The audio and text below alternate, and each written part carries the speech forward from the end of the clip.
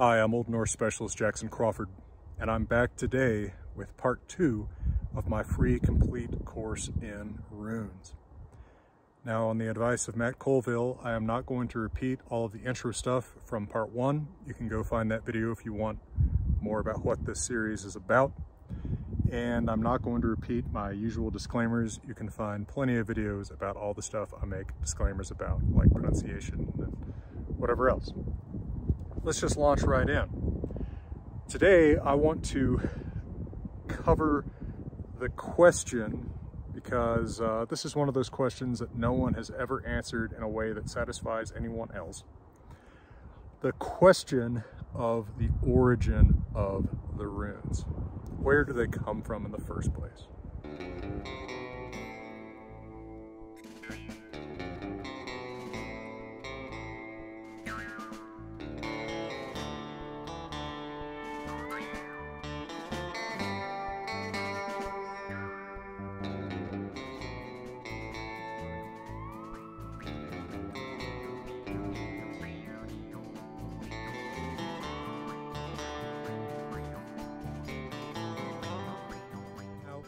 Just like there's a family tree for languages on which both English and Old Norse fit into the Germanic sub-branch of the Indo-European tree, there's a family tree of alphabets that doesn't necessarily relate to that language family tree, because you can write languages that aren't related at all with alphabets that are. For example, Arapaho in Wyoming is written with an adaptation of the same Roman alphabet used to write English, but Arapaho is not whatsoever related to English. Now, in the process of adapting the Roman alphabet to writing Arapaho, some new characters were introduced, one of the most unusual being the number 3 to represent the TH sound, just like early English and early Norse, when they adapted the Roman alphabet, adapted the letter thorn from runes to represent the TH sound. So Arapaho is on the same alphabet family tree with English, in spite of not being a related language at all. And the runes are on that same alphabet family tree somewhere too. They are part of the alphabets that one way or another are adapted from a Greek alphabet and ultimately from the Phoenician alphabet. Now, we can tell that the runes are on this family tree because certain letters have certain shapes that agree with the shapes of letters in other alphabets in the, let's say, Phoenician Greek family tree that have the same meaning. For example, the H rune looks like a letter H and represents the H sound. The I rune looks like a letter I and makes an I sound, the vowel E, which is what that vowel means in most languages. The rune for B looks like a B and represents a B sound. So it's on that family tree. It didn't emerge from nowhere. And we also know that runes are not the source for these other alphabets. This is a claim that I just want to get out of the way because you find it on the internet, the notion that runes are somehow the original alphabet. There is no documentary source for this. There's no record of the kinds of interactions you would expect for people to borrow writing from a Germanic-speaking people. You know, our earliest written records of runes come from, now perhaps as early as 25 AD, whereas we have records of writing in the Phoenician alphabet from like 1000 BC. We know how the Phoenician alphabet was adapted from Egyptian hieroglyphics. We know how the Greek alphabet was adapted from Phoenician letters. We know how Etruscan letters were adapted from Greek letters, and we know the Romans adapted Etruscan letters and then readapted some parts of the Greek alphabet. There's a cohesive story there that's well documented that runes don't fit into. Runes fit into this picture somewhere late-ish, right? We don't know exactly when the earliest runes were used, but again, our earliest evidence comes from perhaps as early as 25 AD based on the new finds from Ringerike in Norway, and it's not responsible for us to assume that they are many centuries earlier than that, right? 200 years earlier, sure, you could lose 200 years of writing on perishable objects. but they're not 1,000 years older than that. All right. Now, part of what's so mysterious about how runes fit into this picture is that virtually all other alphabets in that Phoenician Greek alphabet family use the same order of letters, based ultimately on the Aleph, Beth, Gimel, Alpha, Beta, Gamma order, right? English A, B, C is from the Roman adaptation of that uses the Gamma adapted letter as a K sound, C sound. Runes instead begin F, U, Th, right? We call each individual runic alphabet a futhark because that's the first 6 letters of the oldest version of the runic alphabet, which is still what we're going to be talking about here, the Elder Futhark. No one has ever satisfactorily explained why the order is changed, and it remains the biggest mystery, I think, about runes. Some people have seen evidence of a reference to a very private part of a woman's anatomy and the first letters of the Elder Futhark. It's not impossible that that's there, but then it doesn't seem that there are any other words in the order. So why, if you wanted to spell that word, wouldn't you continue spelling other words, or at least keep the order of the other letters the same? There's no evidence that I can see for there being concealed words in some other language, right? I'll give a spoiler here. I think, and I'm in a minority here, but I think that the runes are derived from a Celtic-mediated, Etruscan-mediated Greek alphabet, and there's no visible, early Celtic words that you can find in the order of the runes either. So that's an enormous mystery, and it speaks to something happening in the adaptation of this alphabet from whatever the source is that's unexpected and unexplained still.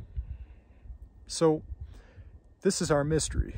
By say AD 25, people in Scandinavia and elsewhere in the Germanic-speaking world, especially present-day Germany, are writing in an alphabet related somehow to alphabets south of them in Europe. But when did they start using it? Why do the letters not correspond? Not all of them correspond to any given source alphabet, right? Why is that? There's just as a big mystery here. So these questions might never be answered, but they can be addressed responsibly. Again, we have to be realistic about the timeline and remember that runes are not the source of these other alphabets. They are instead somewhere on a later branch of this family tree. Now, religious pagans may take the poem Havamal in the Poetic Edda as the last word on rune origins.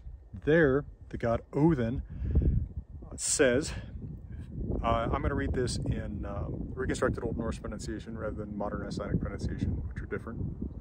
138, stanza 138 to 139. Veit ek at ek hek, vinga meði á nætter allar níu, geiri undar og gefin óðni. Sjálfur sjálfum mer, og þeim meði mangi veit, hvors hann af rótum renn. Við hleyfi mig sildu, við hornegi, nysta ek niður, nam ek upp runar, uppandi nam, hel ek aftur þaðan. I know that I hung on a wind-battered tree 9 long nights, pierced by a spear and given to Odin, myself to myself, on that tree whose roots grow in a place no one has ever seen. No one gave me food, no one gave me drink. At the end I peered down, I took the runes, screaming I took them, and then I fell. It's the English translation from my dual language edition called The Wanderer's Havamal. Stanza 142, Odin says further, again with reconstructed pronunciation, Runar munthu finna og rodna stafi, mjok stóra stafi, mjok stinna stafi, fóði fimbulþur, og görðu ginnaregin og reist vóttar rógna. You will find runes, runic letters to read, very great runes, very powerful runes, which Odin painted, and which the holy gods made, and which Odin carved. Odin, of course, major god of the Norse pantheon, a god much associated with wisdom and with making sacrifices for wisdom. And in this count in stanzas 138 to 139 of Havamal, which is the only place the story is ever mentioned, he seems to imply that he has hanged himself on a tree in order to learn runes. And then that later stanza also attributes the early use of runes to Odin. Now, we ought not to be surprised that a culture would attribute a wise god the origin of their writing to. The Greeks also had a mythological origin for writing. But we're not looking here to make an account of runes in myth. We're looking at where runes fit in, in the human history of these languages. You can, if you're a religious pagan approaching this with an attitude that my attitude is somehow blasphemous, some of the best scholarship on the Bible is by believing Jewish and Christian scholars who nonetheless track down the sources of different stories and events. So, bear with me as I address this as a question for human language history, which is, after all, what we can find evidence for. Now, I keep feeling like I see movement in the bushes that seems like more than wind. It'd be pretty cool to get killed by a mountain lion on camera. Anyway, I'm going to put in a quick word from my friends at Grimfrost here, and then I'll be right back with some more about the origin of the rune.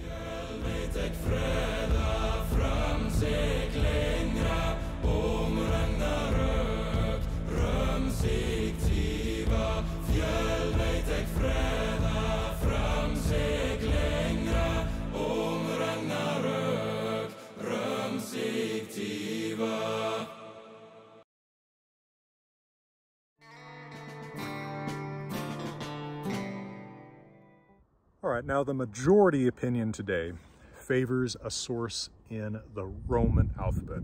That is, the alphabet as used by the, let's say, Roman Republic, because we know that the runes, again, are at least as old as about 8025. Now, I don't want to dismiss this argument, although I disagree with it. This is, again, the majority opinion, and it is held by some of the biggest authorities in runes today, including Michael Barnes, author of the best introduction to runes you can get in book form, Runes, a Handbook, and Henrik Williams, who is just an astonishing wealth of knowledge about runes and has appeared in many videos with me, including one where we looked at the famous Ruk runestone together. Christovasius, a scholar that we talked to about the recent find of the oldest known rune inscriptions, favors an origin in the Roman alphabet from what I can remember. This is the majority view. Now, there's good circumstantial arguments for this, right? If we look at where's the place, where's the time where runes are coming up, the Romans make good sense as a source. The Romans were interacting with Germanic-speaking peoples, we know, around 50 BC in Gaul. Right, we know about Caesar's Gallic Wars. That's a place and a time that it makes sense for Germanic-speaking peoples to encounter Roman writing and to adapt it to their own language. There are letters with some obvious similarities to Roman letters that mean the same thing. Let me mention especially the F, the U, the R, the K, looking like a Roman C, which is used for the K sound, the H, the I, the T, the B, and the L. Note that letters, when they are transmitted from one alphabet to another, so often get flipped either vertically or horizontally that I'm counting the U as resembling the Roman U. I'm counting the L's resembling the Roman L. That kind of flip happens so often that it basically doesn't matter as far as observing resemblances in letters. Now, I'll mention the R is sometimes used as a sometimes presented as a strong argument for Roman origin.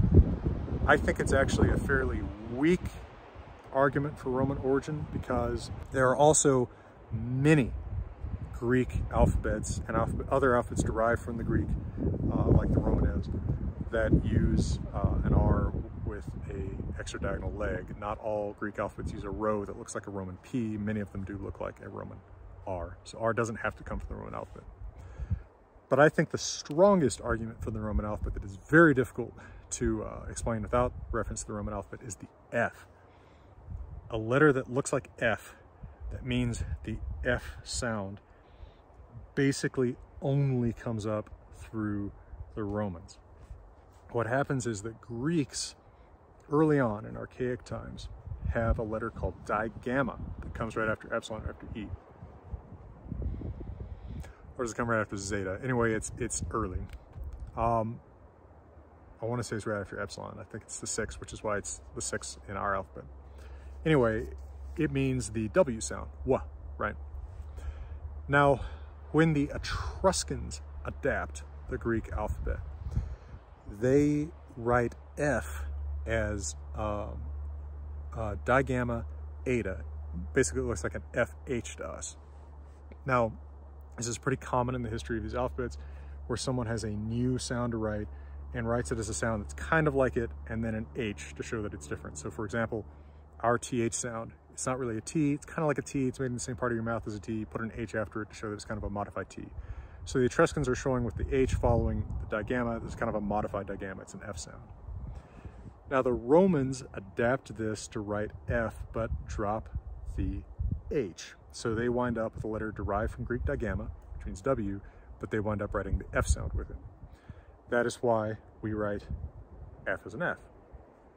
I know of no other place in the history of, again, the Phoenician Greek family of alphabets, where a digamma-derived letter winds up meaning F. So it's super hard to explain the very first letter of the runic alphabet without a Roman input.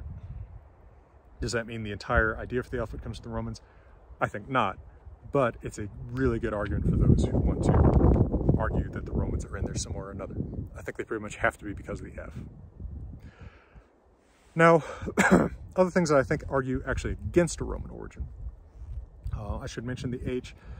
This is another place where if you think about the Greek alphabet as, you know, the alphabet that you see either in, you know, fraternity, sorority, row, or on the off chance that you've taken some Greek in school, you think of the H-looking letter in Greek, eta, as a vowel, right? Not as the H consonant. Now, in archaic Greek, it is the H consonant. And in some other alphabets derived from Greek, not just the Roman, the H is the consonant H. So you don't have to get it just from Romans. But I think that probably the biggest arguments against a Roman origin, again, for the alphabet originally, not to say there's not Roman input on it, are kind of meta arguments. One is that the Roman alphabet doesn't distinguish the vowel E, written I today, from the consonant Y, written J in Scandinavian languages today, Y in English today. But in the Latin alphabet, Jehovah begins with an I. J? Latin, Jehovah starts with an I. It also doesn't distinguish the vowel U, written U, from the consonant later written V, right? These are the same letter. I and J are one letter I, U and WV are one letter V or U in actual Roman times, right? The distinction between I and J and between U and V is a late medieval, early modern thing. Now, runes do distinguish those, and some early Greek alphabets too, at least the U sound and upsilon from the W sound in digamma, and notably the alphabet that I think bears the most resemblances to runes and must be close to it in the family tree, the Lepontic alphabet, the alphabet of ancient Celtic people, also distinguishes U and W. So if a Germanic speaker is adapting the Roman alphabet to writing runes, it's interesting that a whole distinction that is not made in Roman writing is introduced to the system. That's a little bit surprising. It's also surprising that Roman writing is, by the time that there's any chance for the Romans to encounter Germanic-speaking people, it's consistently left to right. Now, in archaic Roman writing, we see some right to left, and we see some bistrophodon, which means starting left to right, and then going right to left, and then left to right, and alternating line by line. But by the time that the Republic is on the march, it is left to right, and it has been left to right for centuries. So they're not getting the early runic propensity to write chaotically right to left, or left to right, or bistrophodon, just inscription to inscription differently. They're not getting that from the Romans. But in many archaic alphabets, archaic Greek, again archaic Roman, and Lepontic and other alphabets mediated by the Etruscan alphabet in the Alps, you do see that chaotic right to left or bistrophodon or left to right writing. There's also some letter shapes that are easiest to explain with reference to other alphabets. Now, this is always a kind of a perilous road to go down, because people can make kind of spontaneous changes to what letters look like pretty fast, both as individuals and as cultures. Consider that, you know, I hate to be too self-referential here, but my own handwriting is weird. It's not really what you would expect for someone from my time, because when I was in high school, I got obsessed with medieval writing, and especially the Beowulf manuscript, and so I still write, it's just become my habit now, I still write some letters in a kind of medieval looking way that you couldn't easily explain by reference to the place and time I grew up. In the same way, you see sort of fonts develop in preference one way or another, and you wind up with letters used side by side in one culture at one place and time that look pretty different from one another. You know, if you were just a complete alien to the Roman alphabet, and you saw all the different ways the letter G can be written, capital or minuscule, you might be bewildered. You know, how am I ever going to learn this all represents one, you know, meta letter? And we see similar things with runes, right? Even in this very earliest inscription we know about now from Ringerike, we see a letter B that is doubled, right? It has 4 pockets rather than 2. Now, that's not a feature of any known archaic alphabet in Europe, but that kind of just spontaneous embellishment is a very common thing that happens over time. And so you always have to account for the possibility that that stuff's happened. You also see side by side letter shapes that are different, that represent the same meta letter, right? They're both S, but for example, you see in early Elder Futhark, you can see an S that looks more like a Roman S and an S that looks more like a Greek sigma. And you can see lots of different variations in how many loops there are in that sigma looking one. So it's always a little, you know, one letter shape looking like one letter shape somewhere else is a little bit dangerous to rely on. But I think that some letter shapes are pretty interesting in runic that are hard to explain by reference to the Roman alphabet. My favorite example is considered to be the O, which looks like Greek omega. And incidentally, although we don't understand the order of the runic alphabet, I think it's interesting that it comes at the end, right? Now, there's variations in the order. Some Futharks that we have from the Elder Futhark end in the D rune, but O, I think, is the original.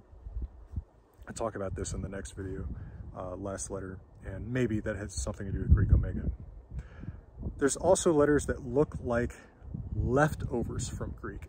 Now, there's a fascinating process by which, when an alphabet is adapted by one culture from another speaking another language, they often are very reluctant to get rid of letters.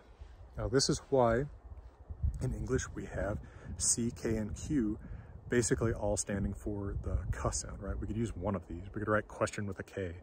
We could write, you know, Celtic with a K. But we don't. We inherited these 3 letters from the Romans, who inherited these 3 letters from the Etruscans, who inherited these 3 letters from the Greeks. What happened was the Etruscans had one K sound, but no G sound. So they got gamma, kappa, and an archaic Greek letter kopa. And basically they all sounded the same to Etruscans. but they didn't want to get rid of one of them and just keep, you know, kappa, K. So they specialized them. They used the old gamma before E and I, the old kappa before A, the old copa before O and U, and eventually just U.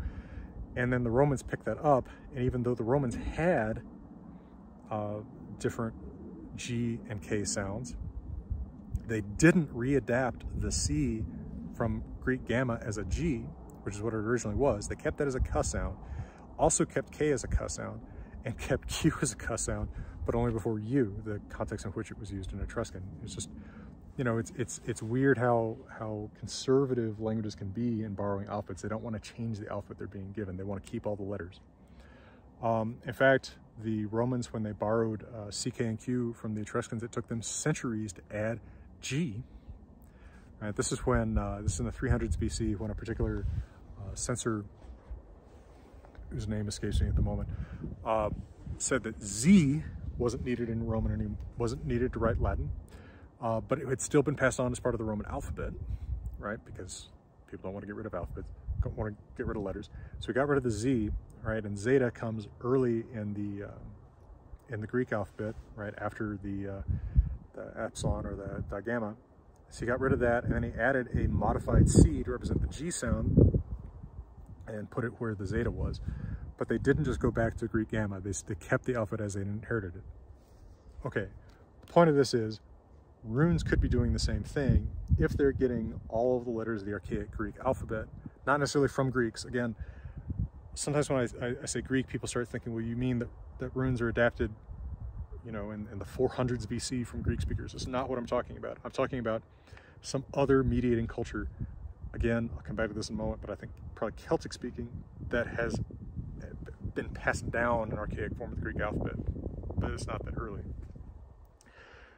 Then they could be using leftover letters for sounds that they need. And there are several letters that tend to be kind of leftovers when the Greek alphabet's adapted to other languages. Copa is one, phi is one, chi is one, psi is one. And all of these appear in runes, or shapes like these archaic Greek letters appear in runes, indicating sounds that are hard to write in Etruscan adapted alphabets, right? The copa looking letter writes a W, the phi looking letter writes a th, right, the thorn. The chi looking letter writes a G, which again, the Etruscans don't have a G sound, and the psi looking letter writes a Z. Note that this idea that these are from these leftover letters depends on the idea that the shape of the W and the thorn from the Illyrup, Oldal, Spearhead, and Shield Grip are archaic, which could be proven wrong. So maybe my point about these looking like leftover Greek letters will be, you know, proven utterly wrong by future finds of very archaic rune finds that don't have anything like that, but it's hard to know.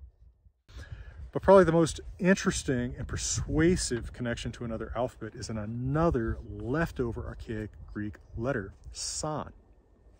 Now, in Lepontic, again, Celtic language in the Alps in the late centuries BC, we see this letter san in the shape that looks exactly like the runic letter for D or eth, right, the TH sound in then, for the sound eth in that TH sound, which is exactly what it means in Elder Futhark. So for example, it's all based on reporting and argument by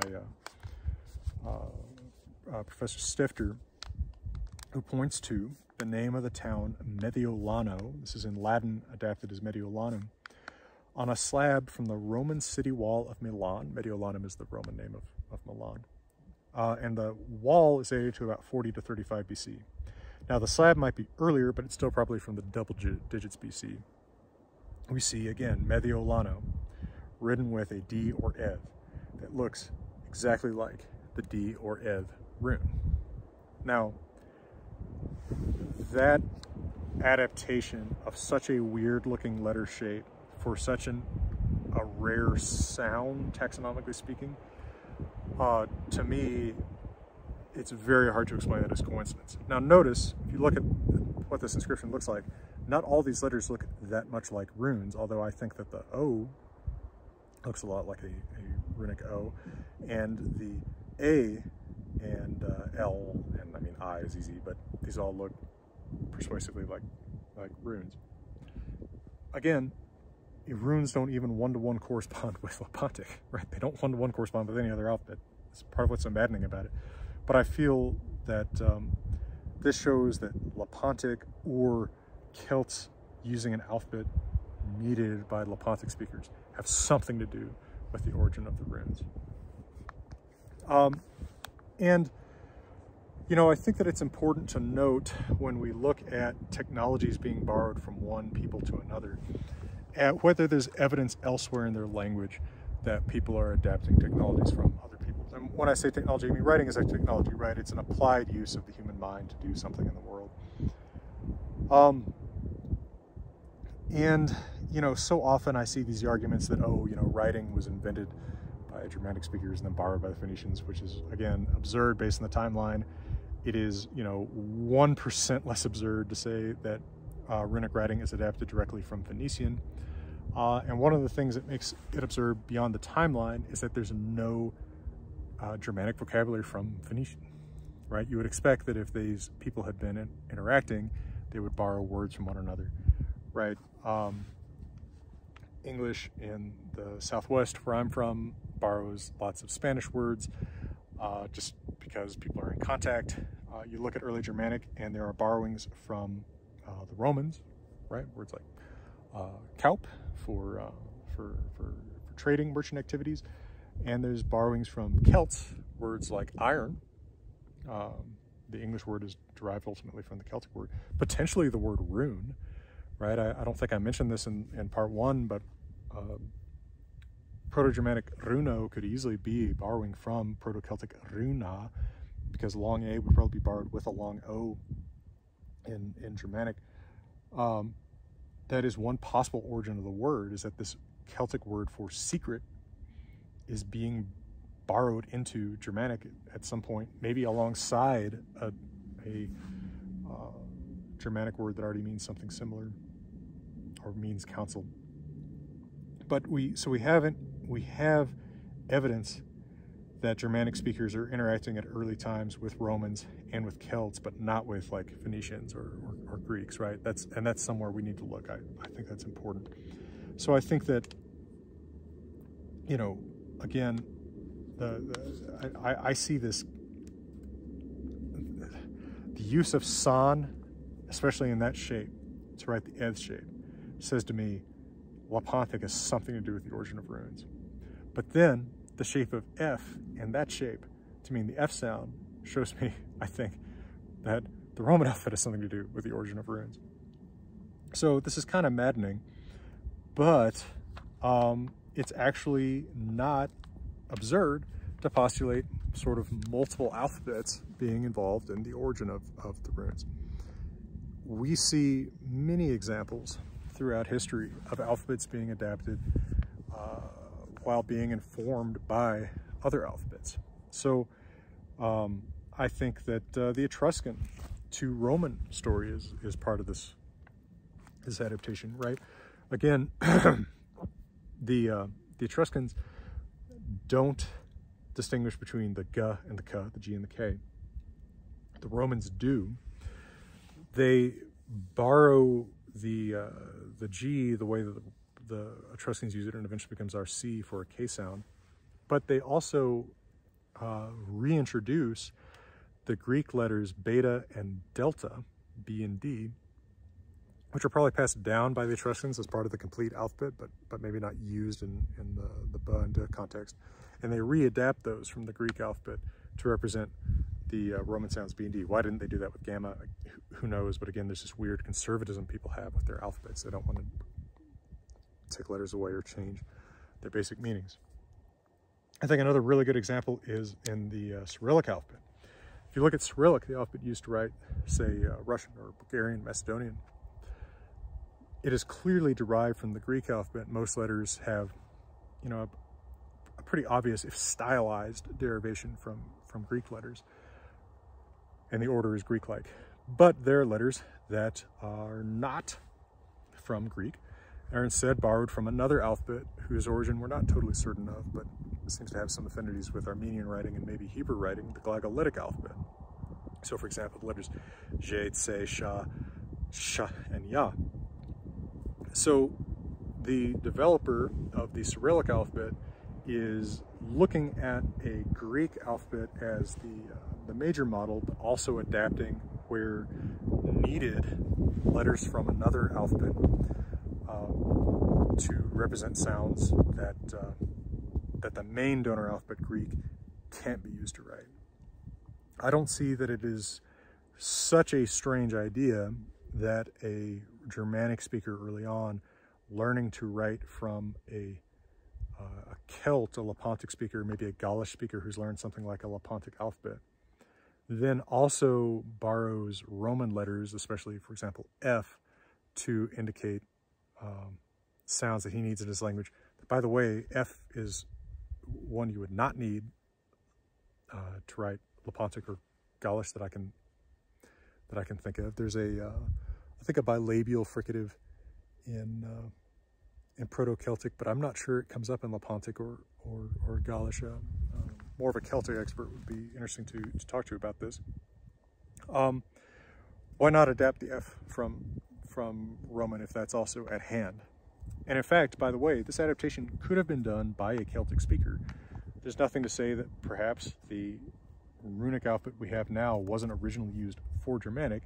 It could have originally been used for some Celtic language and then borrowed to write a Germanic language. It's not an impossible situation. But this all gets pretty speculative, right? Unfortunately, because we can see that this is a branch down here in the rubble around this fallen tree, and we don't know. Look at all these places where that branch could have fit. You know, there's good arguments here and there, but there's no bleeding, obvious spot on this fallen tree where the branch that we want to fit back onto it can fit. It's tantalizing and just right now impossible to solve. Now, as kind of a postscript to this, we might have something of a preform of runes on an object usually called the Negau helmet, although there's several helmets from the same find at Negau. This is a find from Slovenia. These helmets are dated to the 300s BC. Now, this is near the Alps, so near where Lepontic would be written, but in the 300s BC, we are, say, 400 years before the Ringerike finds in Norway, versus with the Lepontic Mediolano inscription, we're only maybe 100 years. So this is, this is a lot of time to account for if this is early runes. Now, we do have what looks like a Germanic language name and title inscribed on one of these helmets, right to left, and an Etruscan mediated Greek-based alphabet says Harigasti Teva, looking like the Germanic name Harigast, or guest. This is a name we know from later Germanic languages, and something like priest. Now, this is almost certainly the earliest known name or word at all written in Germanic, but there's no obvious direct connection with the rune shapes in the earliest known inscriptions, right? This isn't a better fit for runes than, other reasonable alphabets, the Lepontic alphabet, or even the Roman Republic alphabet. So this could just be an example of, some other culture, and the other names inscribed on other helmets are mostly in Celtic languages, but, this is, I think, a good demonstration of the validity of the concept that Germanic-speaking peoples are way south of their homeland in Scandinavia, northern Germany, right? They're down in alpine areas, interacting with Celtic speakers, and Celtic speakers are at least sometimes writing their names, or other people interacting with Celtic speakers, because maybe there's an Etruscan speaker or whatever, but they're interacting with Celts in the Alps early enough that there is definitely an opportunity for them to have adapted a Celtic mediated and Etruscan mediated alphabet by, say, the last century BC, and that is what became the runes, and that is my preferred explanation. And by the way, I say Etruscan mediated because, just like in the Roman alphabet, runes have a C, a letter that looks like a gamma but stands for a K sound. That comes from that Etruscan confusion between G and K. So, runes are on the Phoenician Greek alphabet family tree. Somewhere in there is an Etruscan mediation, right? They're learning from someone who learned to write from Etruscans, probably not from Etruscans directly. There's Roman input, to judge by the F that looks like an F. And I think David Sifter makes a very strong argument that there is Celtic input, to judge by the eth written with a lettered son. But what is this story? Right? Who is the person sitting down and adapting this? Did the adaptations happen at different times? Right? Maybe this alphabet went through several stages we're not seeing. Now, we don't have the written evidence for that. Or is the Nagao helmet the evidence for that? Is the Nagao helmet, is that what the runes start out looking like? And over time, the shapes get replaced by shapes that look more Roman in some places, more Lepontic in other places, right? It's just maddening, all the possibilities. And we are just missing the story of exactly how this happened. And I will continue to wonder about it, and I will continue to argue that the Roman alphabet is not the sole source and not the primary source. I now strongly believe there is a Celtic component in the origin of the runes, and that the archaic features, like the writing from right to left, or boustrophodon, is a strong argument that the Romans can't be the source, and there's other arguments too, but Romans have to have something to do with it because of the F. I'm walking circles here, but I just want to convey to you what a bizarre mystery this is.